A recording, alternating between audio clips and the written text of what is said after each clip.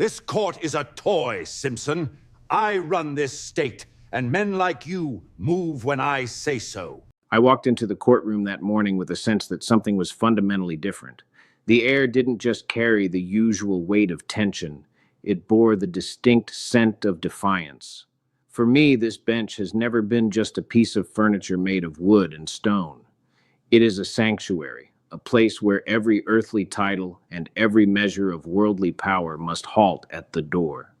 I have lived my life believing that no matter who you are, when you stand before this court, you are simply a human being facing your own conscience.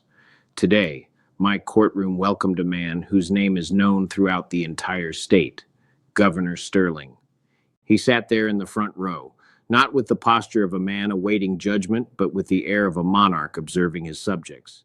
His suit was tailored to perfection, his gaze was sharp, and his chin was tilted upward in a display of unyielding arrogance.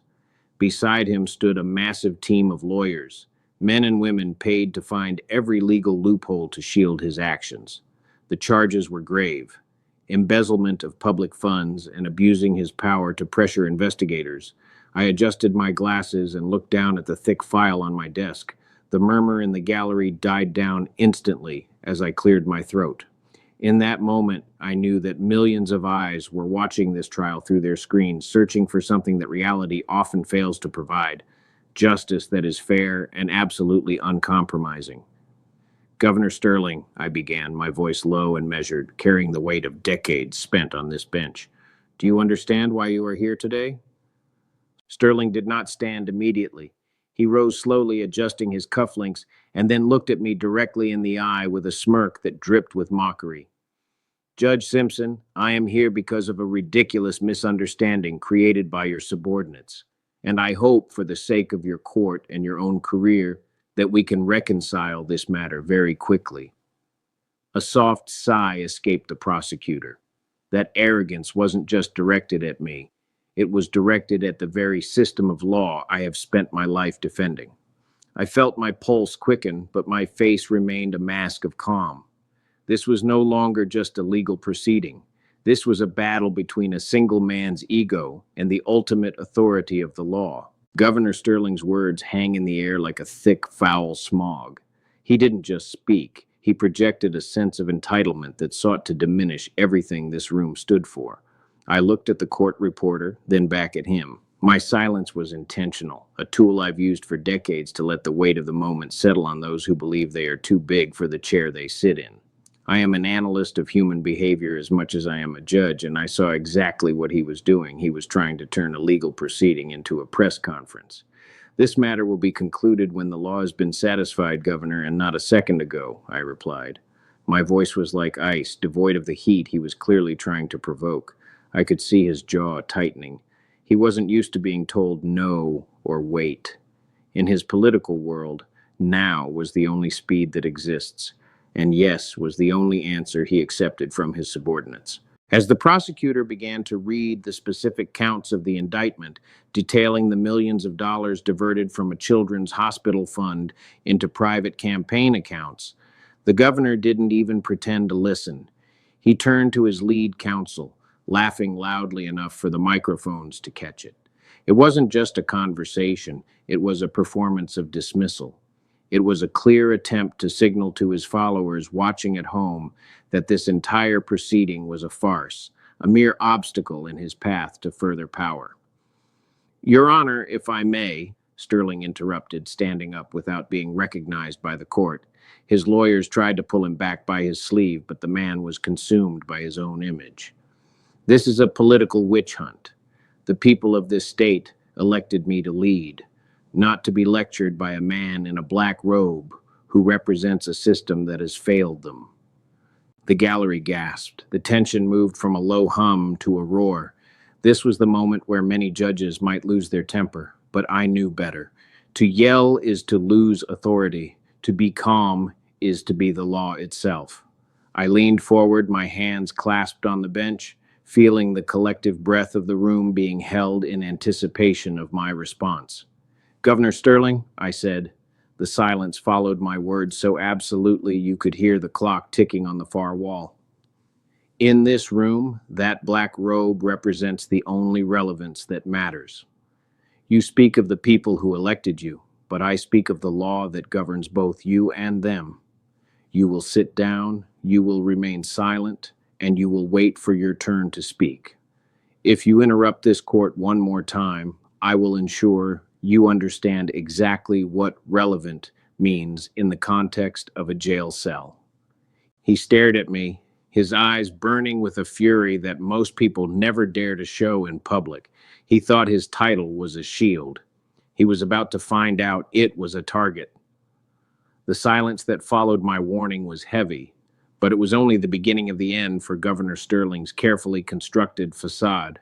I watched him closely as the prosecutor called the first witness to the stand, a quiet, silver-haired woman named Mrs. Eleanor Gables. She had served as the chief accountant for the Children's Hospital Fund for over 30 years.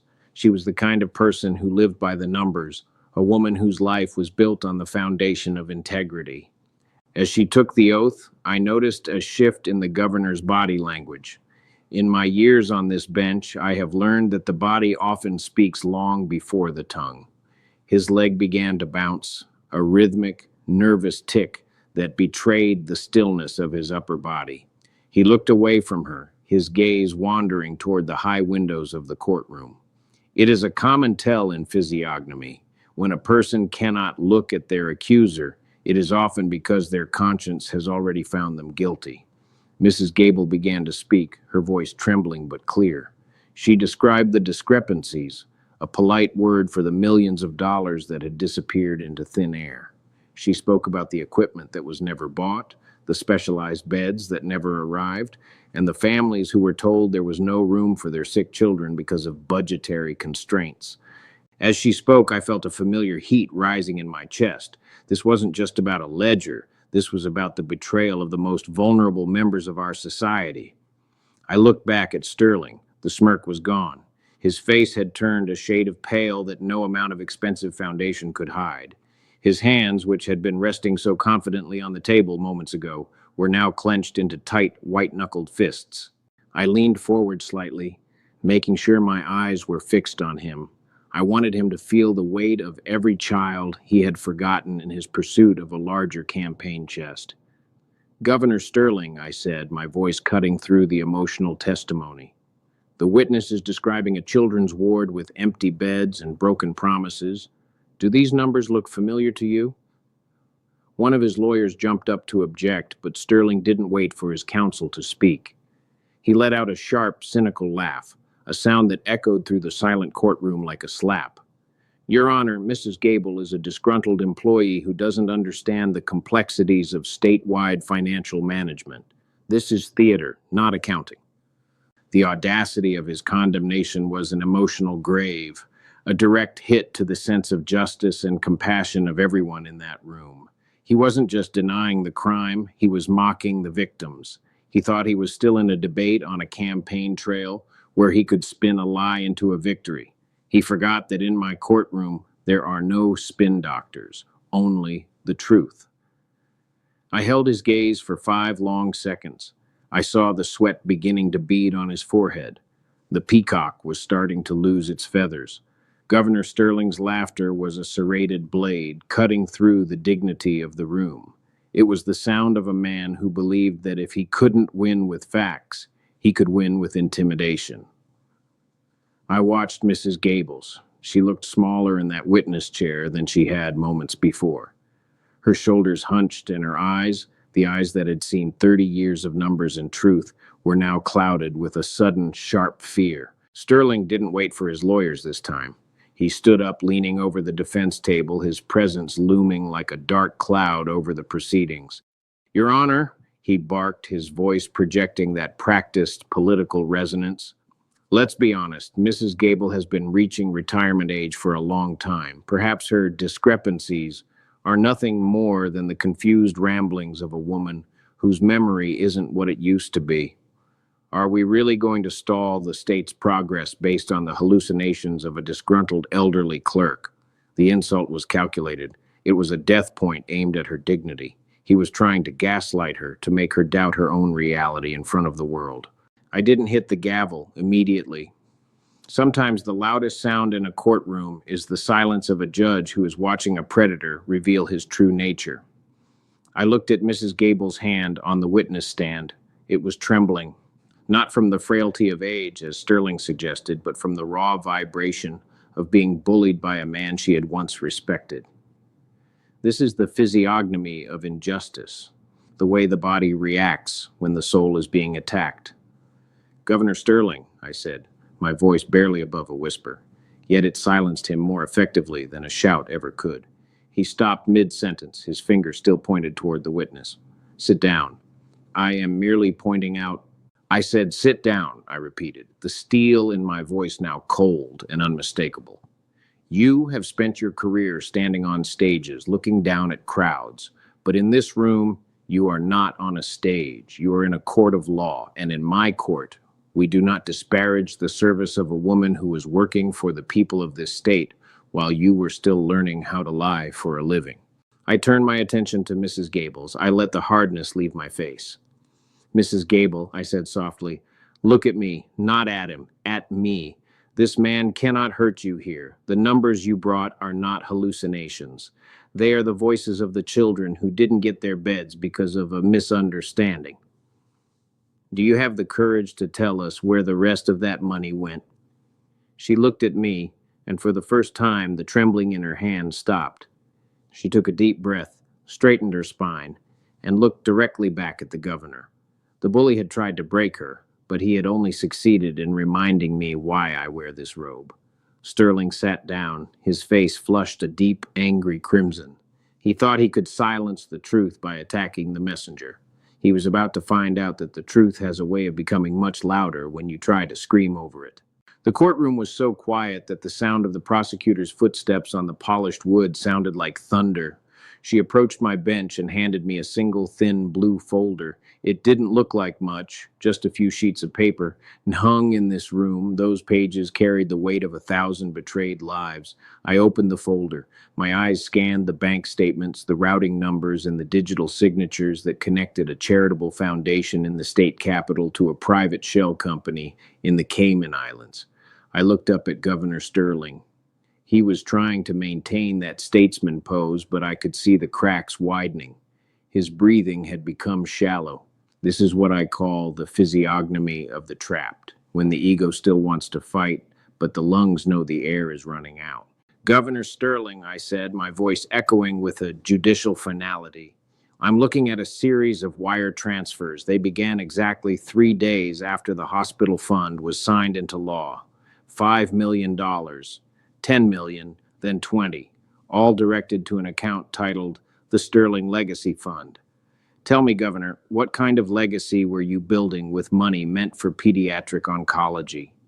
The gallery erupted. It wasn't a roar of anger. It was a collective gasp of pure, unadulterated shock. The two who yet had been struck. It wasn't just theft anymore. It was a desecration of the public trust. Sterling's lead lawyer scrambled to his feet, his voice high and desperate. Your Honor, these are private financial records obtained without proper... Sit down, counselor, I interrupted, not even looking at him. My eyes were locked on Sterling. I wanted him to see that his lawyers couldn't save him from the math. The records were subpoenaed by a federal task force. They are as real as the empty beds Mrs. Gable described. Governor, I'm waiting. Explain the legacy. Sterling stood up. He didn't smirk this time. His face was a mask of pale, sweating desperation. He leaned on the table, his knuckles turning white. It was a contingency fund for the state's future in case of an economic downturn. I was protecting my people. It was the classic lie of the tyrant, claiming that theft is actually protection. I leaned back in my chair, the black silk of my robe rustling in the silence. Protecting your people, Governor, or protecting your lifestyle? Because according to these statements, your contingency fund spent $600,000 on a luxury yacht in the Mediterranean last summer. I didn't know the state's economic future was tied to a sun deck in a wet bar. A laugh broke out from the back of the room, a bitter, cynical laugh from a citizen who had finally seen the man behind the curtain. Sterling flinched as if he had been struck. His authority was evaporating in the heat of the truth.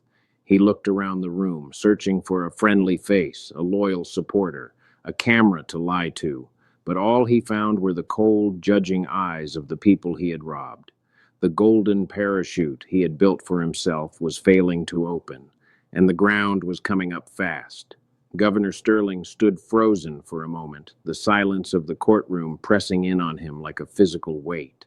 The golden parachute of his Cayman accounts had failed, and the luxury yacht, the symbol of his stolen leisure, had become an anchor dragging him into the depths. But a man who has held absolute power for a decade does not go quietly. He does not ask for mercy. He demands subservience. He slowly straightened his silk tie, his hands finally stopping their tremble as a cold, dark resolve took over. He looked away from the evidence on the desk and fixed a predatory gaze directly on me. This is the physiognomy of malice. When a defendant stops defending their actions and begins attacking the institution itself. His eyes weren't searching for a loophole anymore. They were searching for a goal. "You think you've won, don't you, Simpson?" he said. His voice dropped the polite, "Your Honor," entirely. It was a calculated insult, a deliberate attempt to strip me of my title in front of the cameras. "You've spent the last hour playing to the gallery, acting like some champion of the poor. But let's talk about reality. I am the governor of this state. I have the cell phone numbers of the men who decide your budget, the men who oversee your judicial review, and the men who can make this entire day disappear with a single phone call."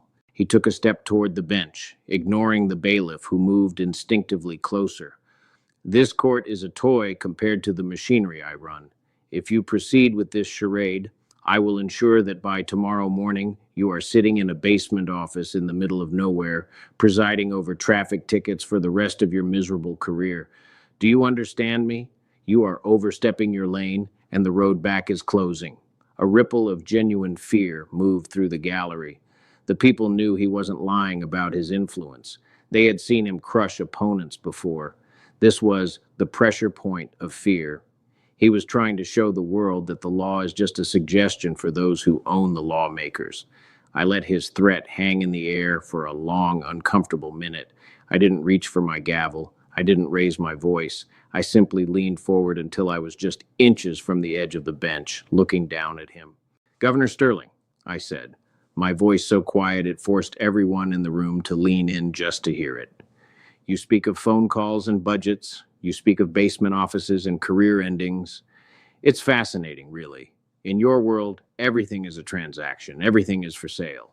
But you made a fatal mistake when you walked through those double doors this morning." I gestured to the seal of the state behind me. "In your office, you are the boss, but in this room, I am the law. And the law does not have a cell phone. The law does not care about your budget. And the law certainly does not take orders from a man who is currently one sentence away from being escorted out of this room in handcuffs." I saw a vein in his temple pulse, a sharp, jagged line of fury. He realized he intimidated hadn't worked. For the first time in his life, he had encountered a force that didn't have a price tag. "You're a fool, Simpson," he spat, his composure finally shattering into raw, unbridled rage. "You're a dead man walking." "No, Governor," I replied, the steel in my voice now absolute. "I am the one standing. You are the one who is about to fall." The governor threatened Sterling hurled at me didn't fall on deaf ears. They fell on a stone wall.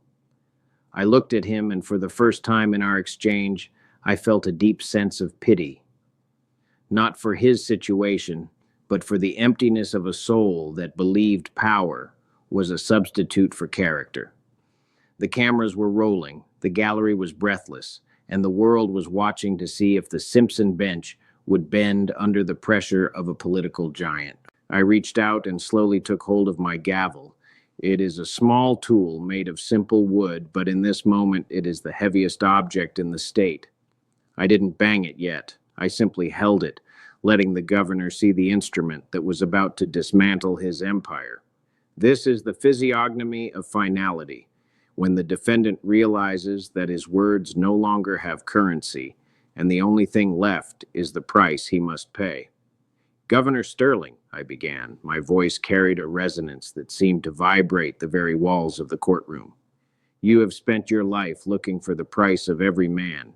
You looked for my price. You looked for Mrs. Gable's price. And you even looked for the price of the lives of children in a hospital ward. But today, you saw something that isn't for sale. You found a court that recognizes you not as a governor, but as a thief of hope. I stood up, my robe billowing like a dark cloud of justice. Your conduct in this courtroom has been a masterclass in arrogance. You have threatened this institution, you have intimidated testimony, and you have shown an utter contempt for the people you were sworn to serve. Therefore, I am not merely judging your past crimes, I am judging your present character. I leaned forward, my eyes boring into him. For your repeated interruptions, your blatant attempts at intimidation, and your disrespect for these proceedings, I find you in summary contempt of court. I am fining you the maximum allowed under my immediate discretion, $100,000 payable before the close of business today, and that money will not go to the state's general fund. It will be directed immediately to the Children's Hospital Fund to replace the specialized equipment you so graciously diverted. A cheer began to erupt from the back, but I silenced it with a single look. This wasn't a sporting event. It was a funeral for a corrupt legacy. Sterling's face went from crimson to a sickly ashen gray. You can't do this, Simpson. I'll have this stayed by noon. You will have nothing, Governor, I replied, the steel in my voice now absolute. Because as for the primary charges of embezzlement and fraud, given the flight risk posed by your golden parachute in the Caymans, I am revoking your bail effective immediately. I turned to the bailiffs. Officers, take the defendant into custody. He will be processed and held without bond pending his judgment hearing. Governor, you wanted to know what relevant looks like? It looks like the bars of a cell. The sound of the handcuffs clicking shut was the most beautiful music I had heard in a decade. It was the sound of a dead acupuncture point being permanently closed. The governor, the man who thought he owned the road, was finally at a dead end. The doors to the courtroom opened shut with a heavy final thud as the bailiffs led the former governor away. The silence that followed was not the empty silence of a void, but the rich, resonant silence of a storm that had finally passed. I sat there for a long moment, my hands still resting on the bench.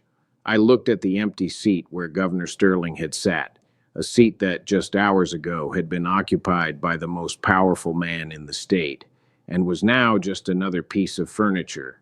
This is the physiognomy of absence, the way a room feels when the shadow of a bully is finally lifted. I looked at the blue folder on my desk, the one containing the records of the Cayman accounts.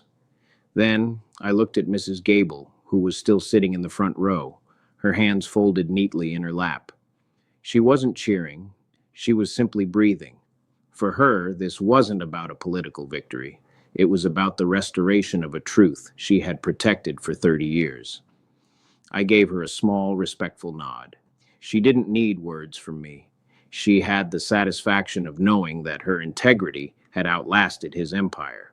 As I walked back to my chambers, the weight of the robe felt lighter. People often ask me if I fear the threats made by men like Sterling. They ask if I worry about my budget, my basement office, or my miserable career. But they don't understand the vital point of truth. When you stand on the foundation of the law, there is no basement deep enough to hide you. A career is just a title, but justice is a legacy. That evening, I received a message from the administrator of the Children's Hospital. The $100,000 fine had already been processed.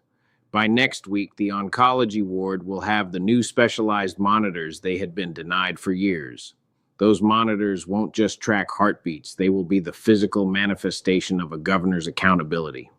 Every life saved in that ward is a silent rebuke to the man who thought a yacht was more important than a child's breath. Justice is not just about the clink of handcuffs or the sound of a gavel.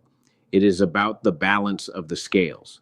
It is about reminding the world that while power can be bought and influence can be traded, the human conscience is the one currency that never devalues. I sat on my porch that night, looking out at the city lights. I thought about the thousands of people who had watched the trial.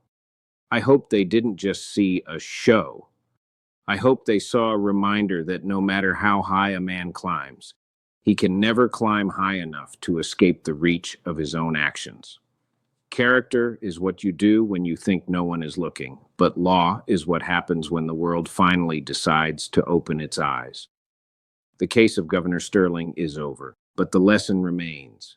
No one is above the law, and no one is below its protection. As long as I have the privilege of wearing this robe, that is a promise I will keep, one case at a time.